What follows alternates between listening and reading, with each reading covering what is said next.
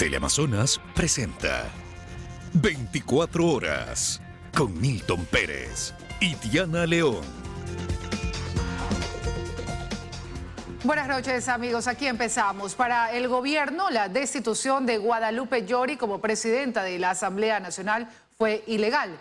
El vocero gubernamental Diego Ordóñez asegura que el actual presidente responde a una mayoría social correísta. Indica que esto crea inestabilidad y que la crisis legislativa no se puede comparar con la judicial.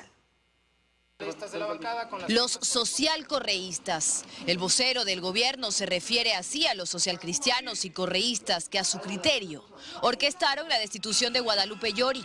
Para el gobierno esa decisión es ilegal. Se violentó la ley y pues en el apresuramiento al parecer la mayoría socialcorreísta olvidó ese detalle. De todas maneras, eso que debería resolverse en el ámbito de lo que corresponde a lo judicial y a la asamblea. Rechazamos la ilegal destitución de la presidenta, dijeron en un comunicado desde el Ministerio de Gobierno. También lo califican como de arbitrario. Si bien, asegura Ordóñez, a ellos no les compete reconocer o desconocer a Virgilio Saquicela como presidente de la Asamblea, cree que no tiene representatividad. El señor Saquicela, él no habla por la mayoría que eligió. En realidad quienes tienen los votos, quienes van a decidir cuál será esa agenda, es esa mayoría social correísta. Santiago Basabe considera que la postura del gobierno al rechazar abiertamente lo que ha ocurrido en el legislativo no es correcta. Y me parece que el apoyo del gobierno a la señora Llori y la declaración pública en alguna medida hace que esto se pueda observar como una derrota más del gobierno. El vocero del gobierno también considera que el interés final de quienes lograron la destitución de Guadalupe Llori es el Consejo de Participación Ciudadana. ¿Qué otra cosa se puede entender si no es? Pese a lo antes dicho, Basabe también cree que es así. Hay una intención política, evidentemente, porque el Consejo de Participación Ciudadana designa al menos en lo inmediato al Contralor. Y ser Contralor General del Estado en un país altamente corrupto en la vida pública como este es más importante que ser asambleísta o ser ministro de Estado. El país acaba de atravesar una crisis legislativa, pero podría tener una crisis en el Consejo de Participación Ciudadana y actualmente atraviesa otra en el Poder Judicial. Para Diego Ordóñez, lo que pasa en la Asamblea no se compara con el conflicto entre Judicatura y Corte Nacional. Hay que darle dimensión a cada una de estas situaciones. En el caso de la Corte Nacional y la función judicial, diría yo que la crisis viene por otros temas. Ahora el plan es analizar cómo sortear la mayoría completamente estructurada que no tiene el gobierno en la Asamblea Nacional. Aunque esa es una realidad desde mucho antes de la salida de Llori, agrega Basabe. Dayana Monroy, 24 horas. El Contralor General del Estado subrogante no será enjuiciado políticamente. La Asamblea no tuvo los votos para continuar con el juicio político ni para archivarlo. Quedó en el limbo, por lo tanto, el juicio no va. La sesión de la tarde de este jueves se instaló puntual y entre los legisladores presentes reapareció Guadalupe Llori en su condición de legisladora común y corriente. Ronnie Aliaga del correísmo propuso una moción para continuar con el juicio político. Y es aquí donde debería venir a defenderse el señor Carlos Río Frío y por eso, presidente, con su anuencia ha sido ingresado por sistema una moción en la cual se solicita no acoger el informe que solicita el archivo. Pedro Velasco del bloque de Acuerdo Nacional propuso en cambio acoger el informe de la Comisión de Fiscalización que recomendaba archivar el proceso de juicio político en contra del contralor subrogante Carlos Río Frío. Ese es el pretexto, el fondo de este juicio que buscan los supuestos revolucionarios es esto. Y aquí tengo las copias de los informes de las auditorías hechas por la Contraloría General del Estado. El debate fue corto, participaron menos de 10 legisladores, argumentando las razones por las cuales se debería continuar con el juicio político y otros por qué se debería archivarlo. Pero ninguna de las dos opciones obtuvo los 70 votos mínimos necesarios para tomar una decisión. Contamos con 69 votos afirmativos, 54 votos negativos, 0 votos en blanco y 6 abstenciones. Por tanto, no ha sido aprobada la moción de reconsideración presentada por la asambleísta Ana Belén Cordero. El juicio político quedó en el limbo Y el resultado de esta condición es que el Contralor General subrogante no será enjuiciado políticamente. En Quito, Freddy Paredes, 24 horas.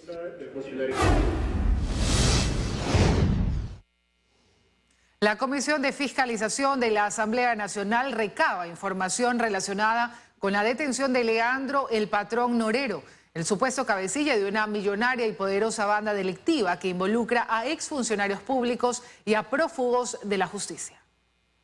6 días después de la detención de Leandro Norero, conocido como el narco invisible, la Comisión de Fiscalización de la Asamblea Nacional recibió al comandante general de la policía, Fausto Salinas, para conocer más detalles del proceso en su contra y la concurrencia de delitos que incluso se presume podría estar relacionada con la corrupción en los hospitales.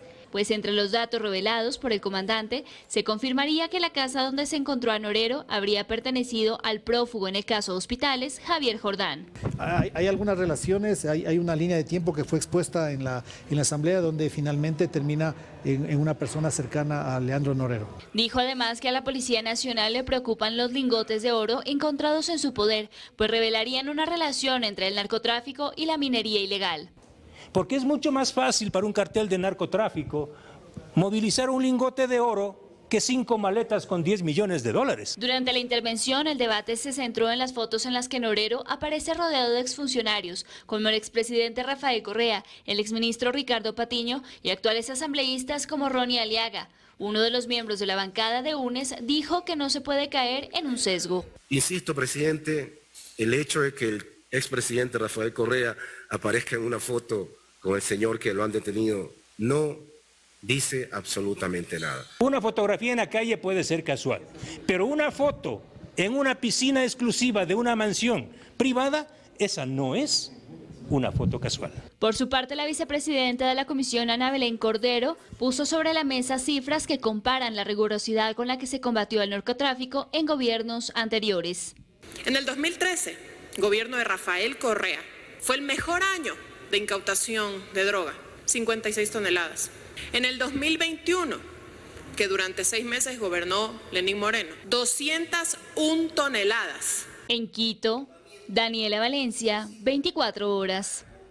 Más vínculos de Leandro Norero, alias El Patrón, con políticos y exfuncionarios públicos procesados por corrupción salen a la luz conforme avanzan las investigaciones de la policía y fiscalía. Las conexiones del presunto narcotraficante llegan hasta un asambleísta. Su primer vínculo con la esfera política fue en el 2008. Para entonces, Leandro Norero, alias El Patrón, era líder de la pandilla Los Nietas y formó parte del acuerdo de paz con los Latin Kings, al que se llegó en el gobierno de Rafael Correa. Como parte de ese pacto, 300 líderes de ambos grupos se afiliaron a Alianza País y se puso en marcha un plan de reinserción económica y social que llevó a que un grupo de estos ex Latin Kings y Nietas ocuparan cargos públicos. El portal Primicias tuvo acceso a informes que revelan que formaron parte de la función ejecutiva, legislativa y judicial, y de las filas de las Fuerzas Armadas y la Policía Nacional. Uno de los que más conquistas alcanzó es Ronnie Aliaga, ex Latin King, hoy asambleísta nacional por UNES e integrante del CAL. Recientes publicaciones del portal Periodismo de Investigación, en cambio, han develado los vínculos que tiene Aliaga con Javier Jordán, procesado por el caso Gran Reparto, que es como se denominó a la trama de corrupción en hospitales públicos, en la que también se involucró a los hermanos Bucarán y Salcedo, y quien a su vez comparte lujosas propiedades con Leandro Norero. Según datos de inmigración obtenidos por el presidente de la Comisión de Fiscalización de la Asamblea, Fernando Villavicencio, el asambleísta Ronnie Aliaga estuvo en Miami, que es donde está radicado Jordán, entre el 16 y el 22 de abril de este año. Él y su hermano habrían sido huéspedes de Jordán. Existen fotografías que evidencian que pasearon juntos en yate y que pasaron momentos amenos en la piscina de la casa de Jordán. El abogado de Jordán, de acuerdo con Villavicencio, ya confirmó que esta fotografía es real. Justificó el encuentro asegurando que el asambleísta tiene una relación cercana con un familiar de Jordán, quien celebró su cumpleaños el 18 de abril. Teleamazonas solicitó una versión a Ronnie Aliaga sobre esta vinculación, pero no contestó. La relación de Javier Jordán con el patrón Norero, por su parte, inteligencia policial le establece a través de varias propiedades. La moderna mansión con sistema tecnológico y piscina ubicada en San Borondón, en la que fue aprehendido Norero la semana anterior. Ese bien se lo traspasó Javier Jordán tras huir del país por medio de una empresa offshore panameña, llamada Lion Reality, cuya titular es Lina Paola Romero, esposa de Norero. Incluso este vehículo que estaba parqueado afuera del inmueble, al momento del allanamiento, apareció a nombre de la firma Dimarla, antes gerenciada por Jordán, y una corrección más. El patrón, quien cumple prisión preventiva por lavado de activos en la cárcel de La Tacunga, financista de las megabandas Los Lobos, Los Lagartos, Los Chonekillers y Los Tiguerones, sostiene inteligencia policial que estaría detrás del asesinato de Jorge Luis Zambrano, alias Rasquiña, máximo líder de los choneros, y de su abogado Harrison Salcedo. Harrison Salcedo también fue defensor del ex vicepresidente de la República, Jorge Glass, en los casos Singue, Sobornos y Odebrecht. Luisa María Heredia, 24 horas. La Sala de lo Civil y Mercantil de la Corte Provincial resolvió rechazar el recurso de apelación presentado por los hermanos William y Roberto Isaías Dazún. El objetivo de la acción presentada por los Isaías era beneficiarse de una medida cautelar que prohíba la inscripción o marginación de cualquier acto traslaticio de dominio sobre un grupo de terrenos situados en los cantones de Durán, Yaguachi y El Triunfo.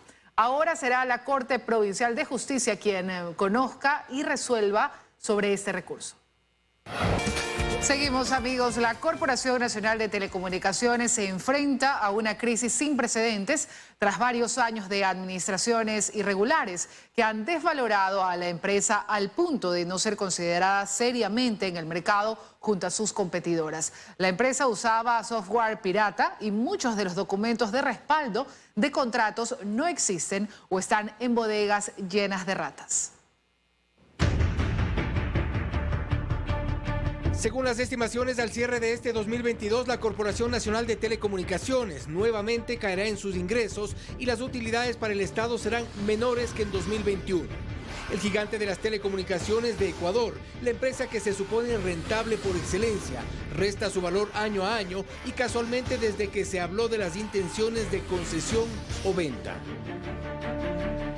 Una empresa de esta naturaleza no puede ser negociada a precio de gallina flaca y enferma. Este exasambleísta seguía de cerca las denuncias que se han presentado alrededor de varias administraciones de la CNT. Convirtieron a esa empresa pública en parte del botín para el enorme y colosal saqueo cometido durante el correísmo. Los 14 años anteriores al actual gobierno evidentemente fueron un desastre, malos manejos, pésimos gerentes. Y no es solo un secreto a voces. Los números de la CNT vienen a la baja desde hace 5 años. Solo en 2017 generó ingresos por 919 millones de dólares. Ya en 2022 se estima que no supere los 530 millones, un decrecimiento acumulado de alrededor del 47%.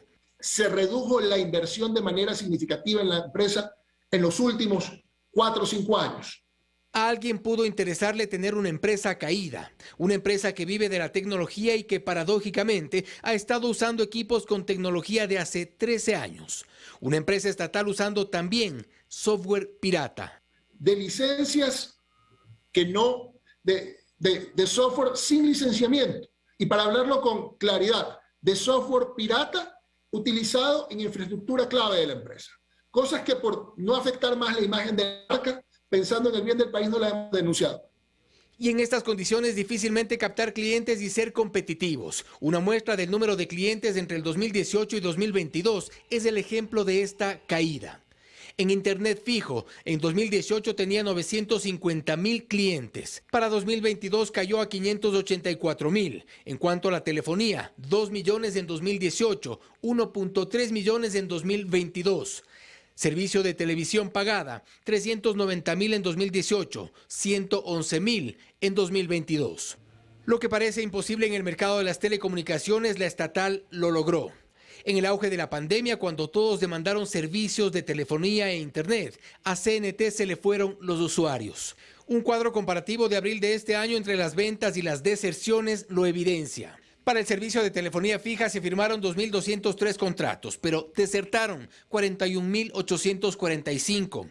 En el servicio de internet fijo, 2.395 contratos. 11.579 se fueron. Para el servicio de televisión, 244 nuevos contratos, pero 5.343 desertaron. Mientras nuestra competencia se enfocaba en desplegar nuevos servicios porque sabía que había mayor demanda para el consumo de datos. La empresa tomó la decisión de básicamente que todo el mundo se quede en su casa y no haya nuevos despliegues. En la Comisión de Fiscalización de la Asamblea Nacional se ha pedido información de contratos de administraciones pasadas de la CNT, pero aquí se reveló otro problema. La obtención de muchos documentos no podrá ser.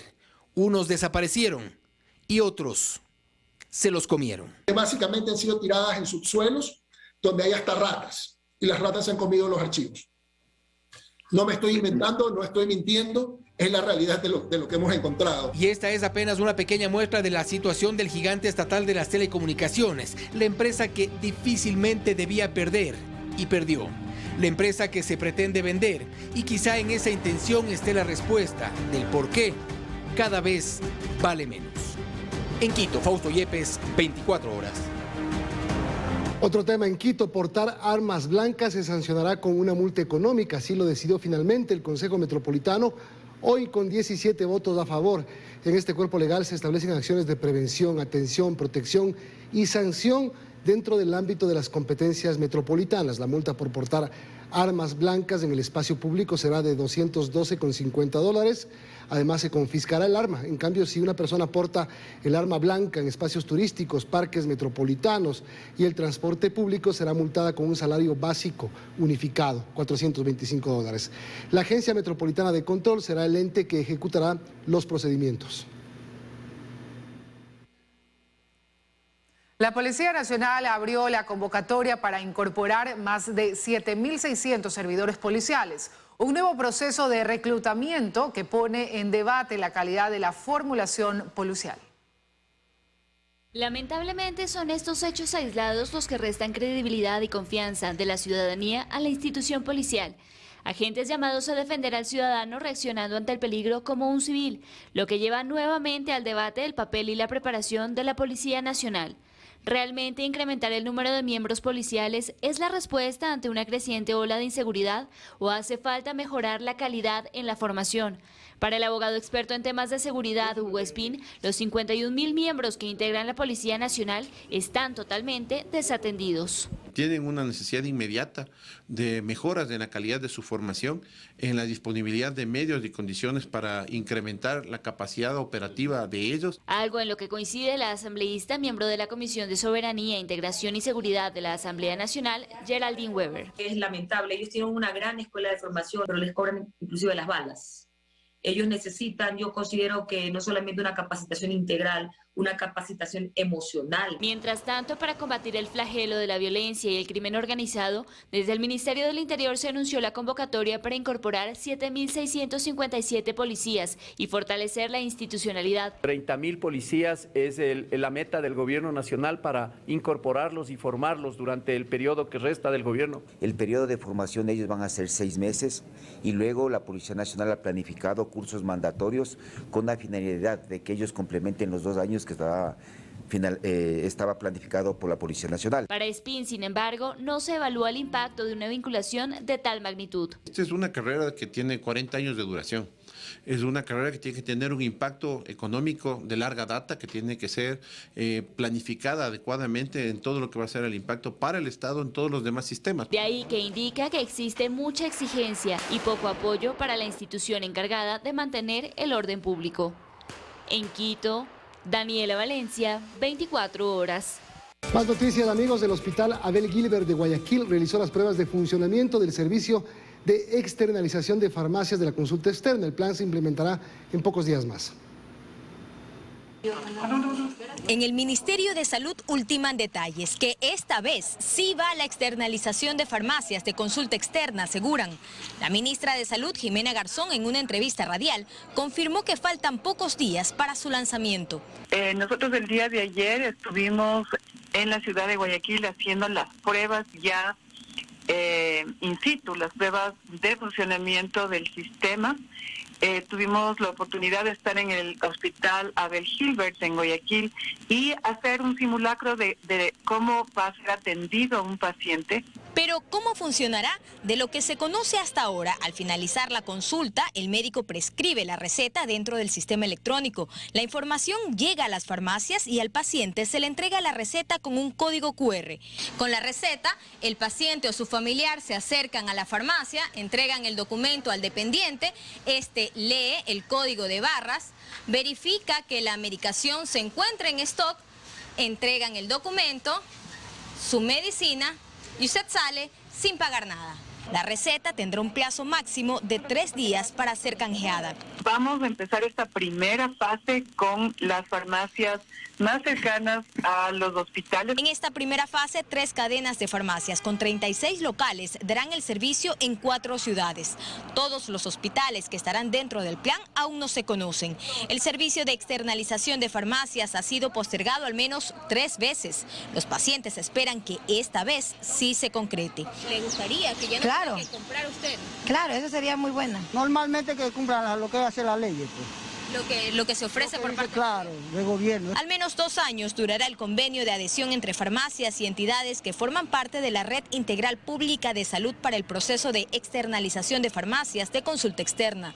Joana Ramos, 24 horas.